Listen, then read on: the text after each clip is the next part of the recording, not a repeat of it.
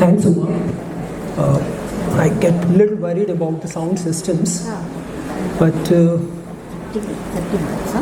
30 minutes. 35. Okay. Now, as Professor Thapar is here, one of the things that I remember as a student was that we had to do a paper, something to do with the Mauryas, and we had to write a term paper. And the instruction that was given to us by Professor Thapar, that if you repeat anything from my book, I'll give you a C. And we were completely flummoxed, because the standard method for writing a term paper was that you read books carefully, summarize them, and put their summaries one after the other as such. Now, to be told that you cannot write anything from one particular book, which seemed to be the most important book for our paper, was something that we hadn't imagined. But in a certain sense, it taught us how to question.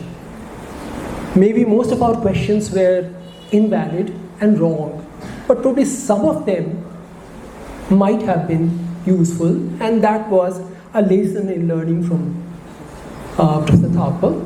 And I'm sure that many of you who are doing history and who are writing or who are facing the tyranny of term papers as such, because you have to write one every 15 days, are repeatedly facing this problem. But the idea is to question rather than to repeat things as such. Now, since we are living in a period of history wars, as it were, it's good to have three people here. Professor Thapar, who represented the generation which wrote the first textbook for children, for class 6th. Then there was what you might call a second wave. Some of us who were involved with this organization called Ekalavya, who tried to write some books as such on history. Uba was also part of it, so a fellow traveler. So that probably was the second wave. And the third wave, of course, Niladri is here, who was involved with the NCERT books in a big way, which came out in 2005 or 6 as such. So probably we are moving across time, but many of the questions still remain from the first wave, from the second wave, and from the third wave. So when I'm raising issues about how we went for Ekalavya, why we did what we did, you can realize that when Professor Thapar was writing her book, she was also responding to the overwhelming narrative of nationalist history writing. And the problem with nationalist history writing, as some cynical Frenchman pointed out, is that all nationalisms are necessarily based on a misreading of the past. You can try and work out what were the implications of this particular statement, but I think it's a very, very important statement as such. Now, what we intended to do, and something that I wish to share with you, is why did we intervene in the school system? The Ekalavya friends started doing this because there were some science people who were very unhappy with the teaching of sciences in schools.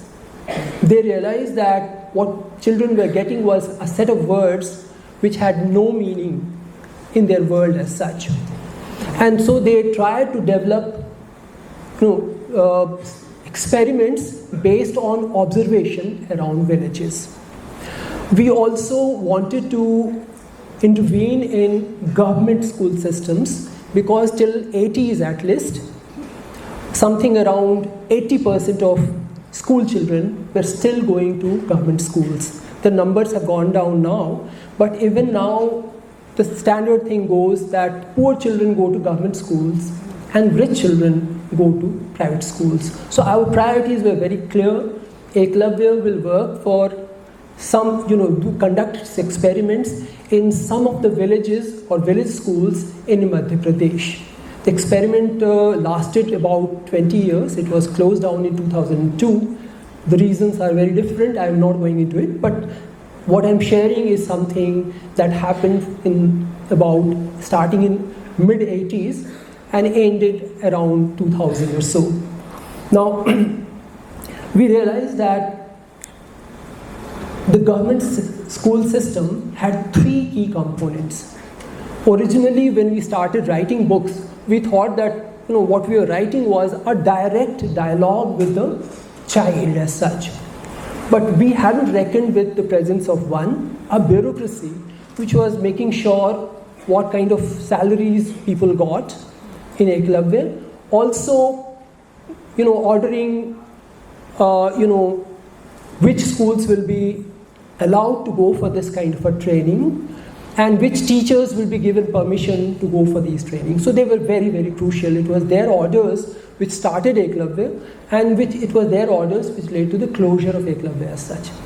The second part of the story was the school teachers with whom we had to have continuous interactions. And what I intend to do is to basically talk about our interactions with school teachers about handling certain themes with which they were uncomfortable. Now, our experiments began with a reading of textbooks that were available at that point of time. Apart from Professor Romila Thapar's book, there were hundreds of books which were taught to class 6 children. And they had some of these features in common. They all had a dictionary-like feeling. They were trying to stuff as much of information as possible. Now, it basically means that you realize that, say, the books for class 10 or 11 were some kind of a précis of books written for history for college students. And the books that were there for class 6 children were some kind of a précis of books of class 9 and 10. So in a certain sense, the books for class 6 children were the most difficult books of all these things as such, because they were throwing in very, very difficult words, if at all they did. Otherwise, they would just repeat one story after another, or not even a story, one word after another. The second part was that they were using very, very difficult Hindi, a very Sanskritized Hindi, and this was happening in a context where children were basically, their mother tongue would be Nimadi, Gondi, Bhili. They were the first generation Hindi learners. So it was very difficult for them. But the most difficult part was that the books were using terms whose meanings were not at all clear to anyone. For example, they will use a word like sarkar. Now, when we ask children, sarkar kya hota hai? As usual, there was silence. Then one kid said, sarkar ka matlab hota hai daroga. So we laughed and said, क्यों नेता नहीं होता है? He said, नेता नहीं होता है, वो तो सिर्फ फीता काटता है. So they were extrapolating meanings into words. So you can realize that a word like government, as long as I don't ask you what is a government, we all seem to know the meaning of it. But the moment you ask me what is a government, I'm a complete loss about the meaning of this particular word. We'll explain it in a variety of ways. And mind you, most of writings in India, in social sciences also, they do not distinguish between government and state. They are used interchangeably in most of the situations, and it's a big problem, because I remember sometimes in JNU days, especially during student agitations, some students will say that teachers are the state, and the teachers will feel very unhappy because they didn't want to feel like state as such.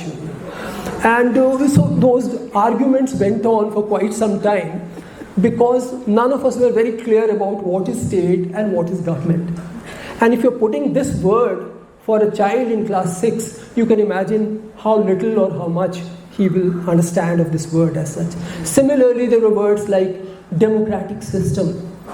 Now, democratic system is a very, very complex category. Now, it consists of not only our votes, it consists of people who are elected, it consists of various kinds of representatives, it consists of a way of life. All those things in a country where democracy has been very marginally realized. We are the land of homo hierarchicals, and we can barely understand democracy in our lives as such. And to throw those words at a child was almost criminal.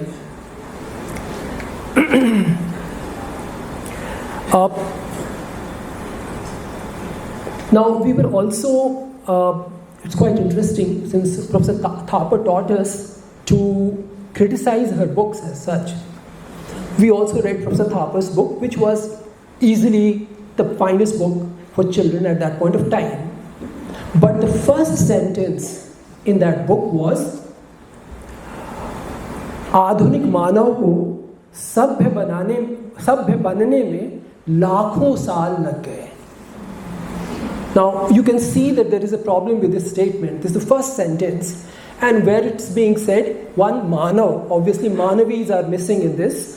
Sabhya banane mein, as if everyone wanted to become sabhya, and we didn't know the meaning of sabhya at all. I mean, these are terms which were probably evoked by people like Gordon Childe with a very distinct historical meaning.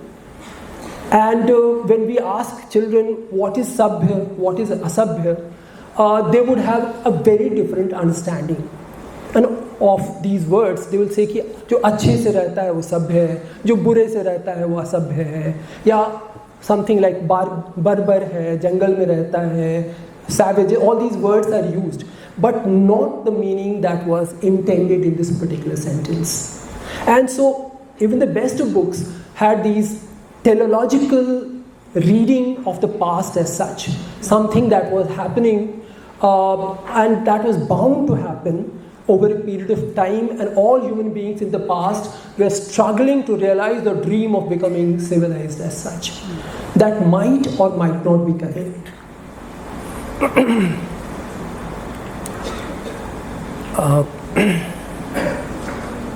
Now, we also learned from the science people who were teaching in the Ekalavya, who were teaching science to children, that maybe teaching of history should begin with the experience of the child.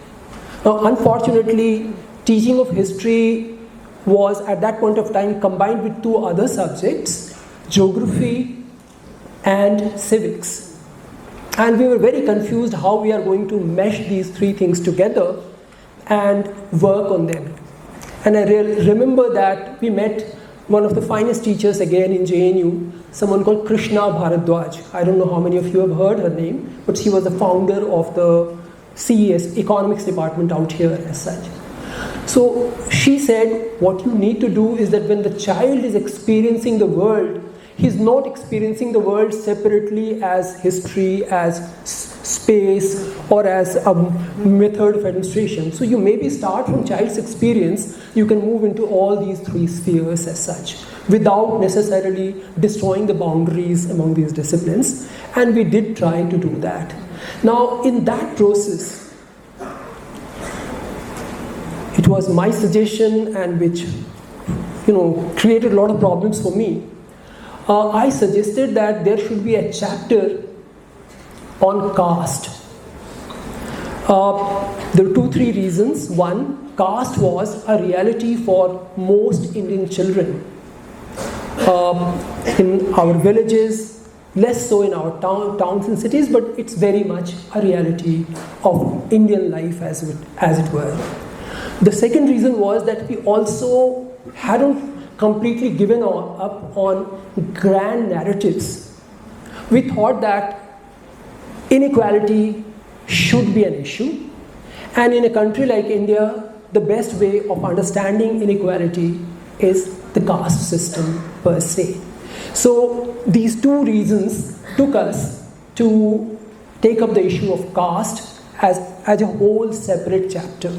Similarly, I suggested that there should be another chapter on Hindu religion, as it were. How was Hindu religion built? Now, we were trying to historicize caste. But to be able to do that, we had to again connect with the experience of the caste for the child. So this is how the proposed chapter began.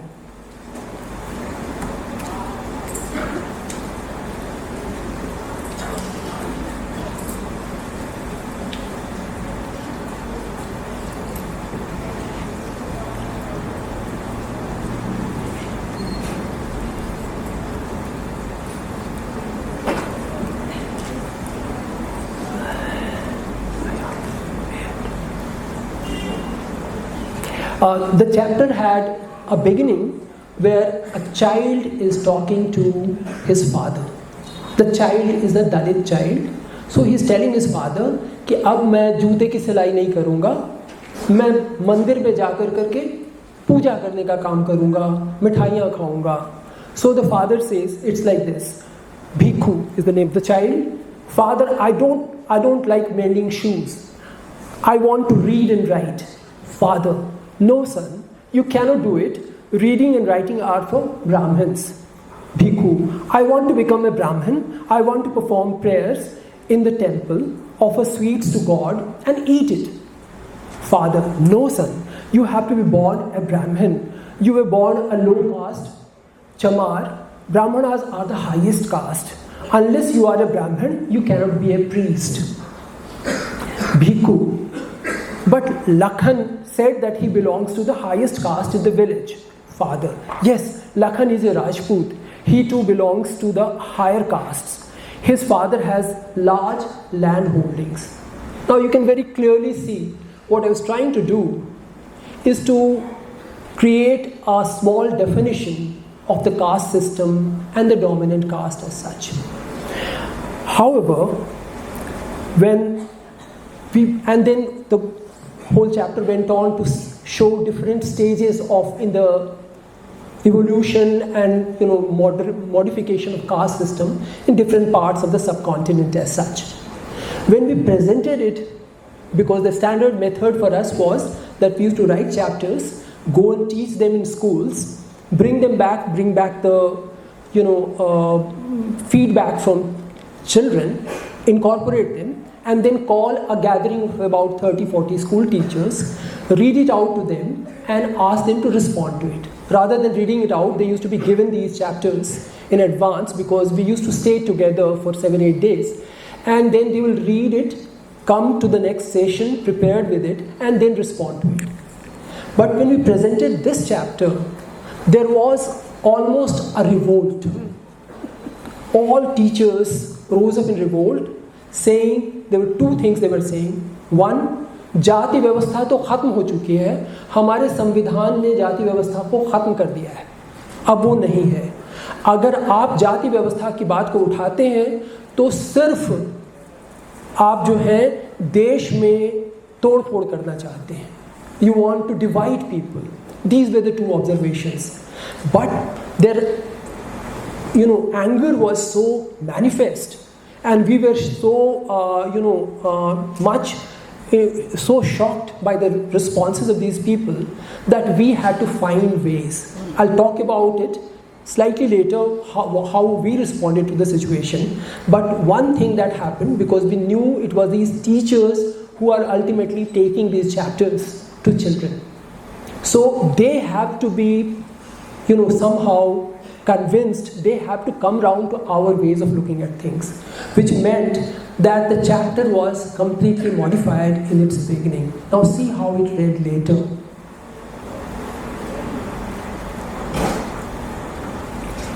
It says, before reading this chapter, discuss some questions in your class. What are various castes in your village or city? Does each caste have a particular kind of work to do? Do people today still do the kind of work their castes did in olden times?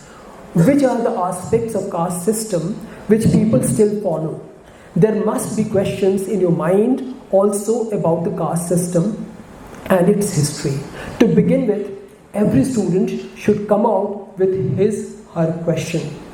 Then read this chapter and see if your questions have been answered in this lesson. As you can see, we are trying to establish a dialogue with the child, to enter the world of the child. But what has happened is that in the first presentation, we are trying to get beneath the skin of the child as such, to ask him for his experiences. If there is a Dalit child, how does he feel? Because when you look at the caste system, if you look at it from the point of view of a top-down kind of a point of view where the Brahmin is at the top, many Indians, reformers and everybody believed that it was some kind of what they call division of labor. Now, they congratulated themselves also that long before Europeans discovered division of labor, we had already discovered division of labor. Obviously, they completely ignored the other aspect of the caste, looked at it from the point of view of a Dalit child. It was an instrument of exploitation of the worst kind. And caste system is organized in a way which makes it radically different from, say, race. Because when there is a racial division, each race has its own myth and story about how good they were at a certain point of time. They were independent, they had freedom and all that. That possibility remains with them. In this hierarchical structure, where every caste has someone to look down upon, there's a massive confusion as you go down in the caste hierarchy. This freedom was not allowed, where a caste could think that they were the best in the world as such. That possibility was not there. The best you could think of or argue about, people like Ambedkar did, that at a certain point of time they were actually high caste, but they were pushed to low caste. That was the only mythology that they could create as such. So that entire presentation had to be completely modified because we needed a dialogue with teachers as such. Something which means that our voice became a neutral voice.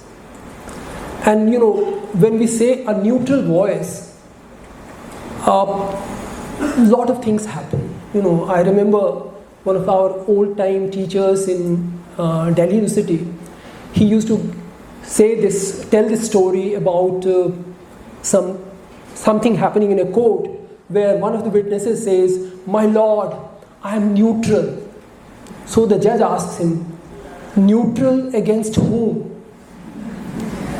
So our neutrality was also in a certain sense a giving in to dominant caste calculations as such.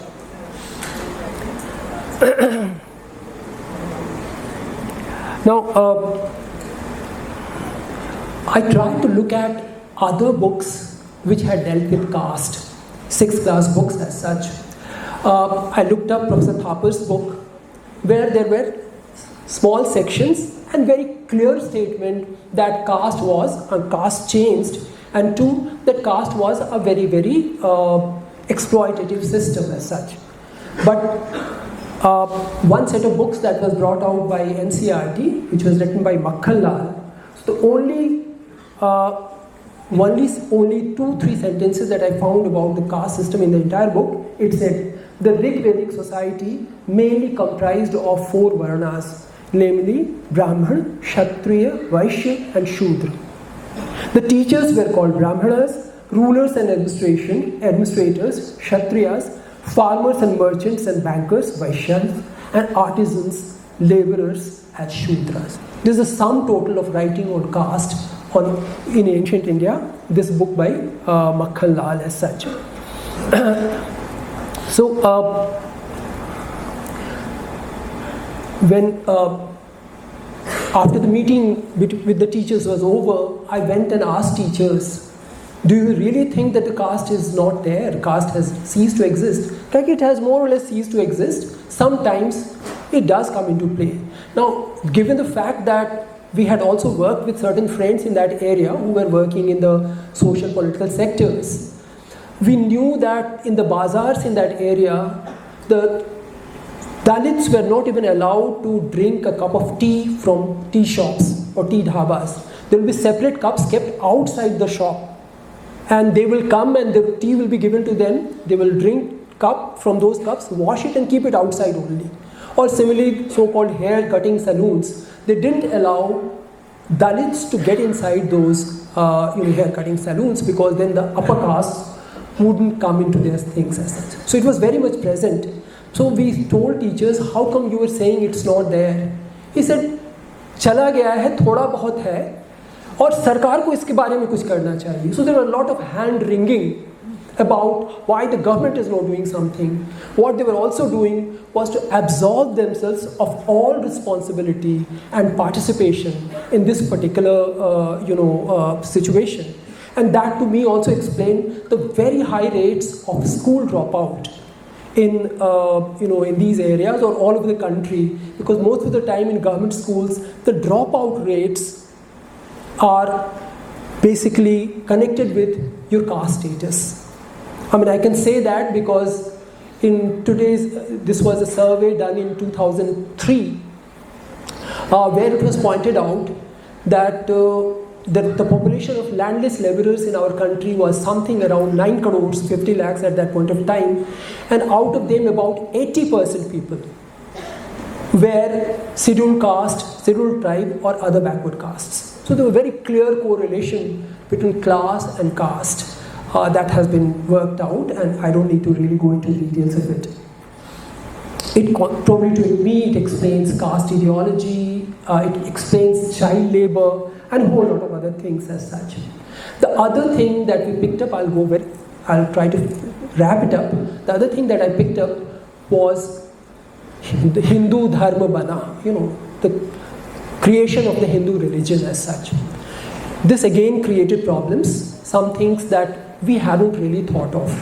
There were two problems which were especially major issues as such, because we pointed out that the people of the early Vedic age were, for lack of any other words, tribal people. Now the word tribal, Kabila,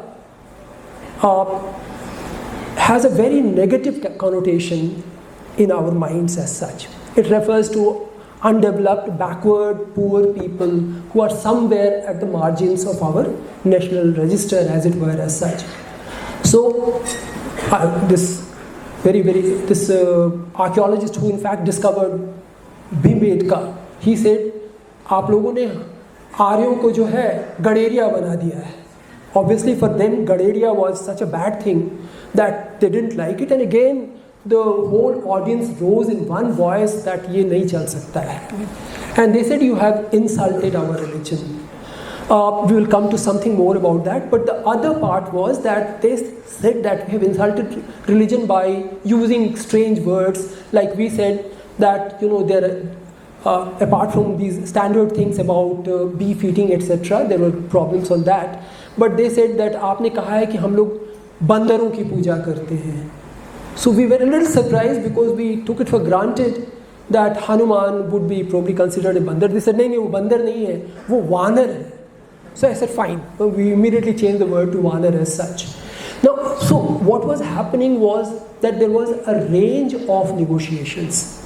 The other problem that we were facing, again in this particular chapter, when we were talking about the Puranic religion of the Puranas, we said that the Brahmanical tradition, especially the Puranic tradition, managed to bring in a lot of local communities who had autonomous religious traditions. They were all kind of meshed and merged in the Brahmanical tradition. Again, when we were trying to do that, we were also trying to point out that in many cases these local gods and goddesses were completely marginalized in the process of worship. They are still there, but they are very, very marginal. That was an important point for us. But they said, हमें दिखाइए. There was this problem. If we were saying कि कबीले थे, they would say कि आप वेदों में दिखाइए कि कहाँ लिखा हुआ है कि वो कबीले थे. Now, you can see the triumph of positivist history here. They were imagining that all those words that we are using are actually words that are written there directly in the Vedas, and we have to pull them out and show it to them. obviously we were unable to show them this kind of a thing. When we showed them some other translations, we said that the idea of state or the idea of tribe is itself derived from certain notions which have emerged in over a period of time from social sciences, and that you don't get those words there. They were not willing to concede it at all. Now, they also said that अगर ऐसा हुआ है कि एक परंपरा दूसरी परंपरा से मिल गई है, हमें आप उसका प्रूफ दिखाइए. Now we were familiar with the cult of Jagannath and there are many other things, but they said किताब में दिखाइए.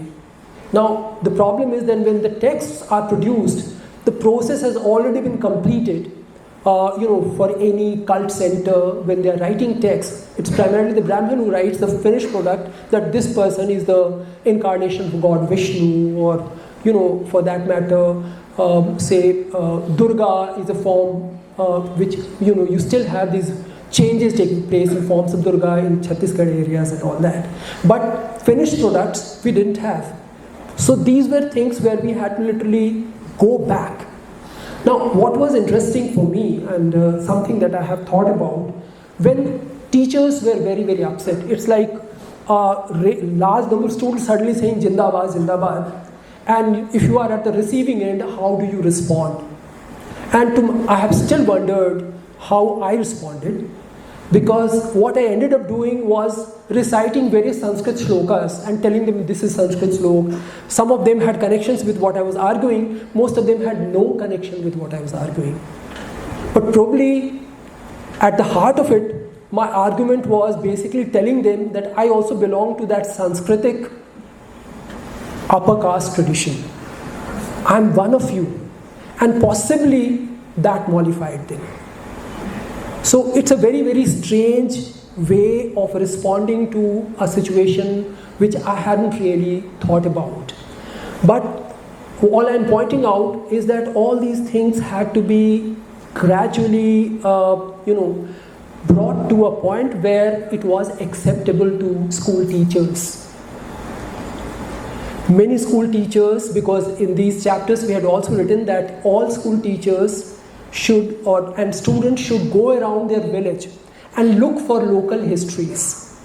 There are many villages where I think, shall I try to shout at the top of my voice? Yeah, please do. So there were many villages which had around them a variety of, especially in Madhya Pradesh, remains of the past. You have things from the Stone Age, you have things from historical age, and there were, thank God, and there were, no, this one doesn't work. Isko kya kare? Yeah, just it may not be connected to yours. Take something to start this. Okay. Hello. It has begun. So, one idea, one suggestion was that they should go and explore their villages. Of course, it was easier to do as far as the religious tradition was concerned, so many school teachers actually did that and provided certain information. That was the positive part of it. We also realized that some of the school teachers definitely went and taught caste in their classrooms, which was more difficult, but I feel that most of the teachers were not at all convinced, and at the end of the day, a book is what a teacher makes it out to be as such. Because earlier generation teachers were basically making students read out parts of the book. If one student will read some part, the next part will be read by another student, the third part by a third student. It made no sense. Out here, we had tried various kinds of strategies, but since teachers were not convinced, I somehow remembered one of the things that Gandhi had said at some point, 1940s. He was saying textbooks, no, write any number of books, give it to teachers, don't give textbooks to students, because if you give textbooks to students, teachers will simply become conduits of transferring information from the author to the child, and teachers will become completely useless. Now, I don't know what was the basis of this insight that Gandhi had, but I keep wondering, at the end of it all this, I thought that, teaching inequality within the grand theory was very important, especially in a time when we have become less and less ashamed of the inequalities that exist in our country and in the world for that matter. When somebody can get $1 trillion as a salary, where rest of the humans or rest of our country cannot even get $100 or $200 for their salary as such. It was important, but it seemed like a failed attempt. In any case, Ekalavya was closed down in 2002. It was closed down unfortunately not by the BJP government, but by the Congress government which existed at that point of time. But anyway, those are different stories. I'll end my story here, and hopefully we will have many things to talk about.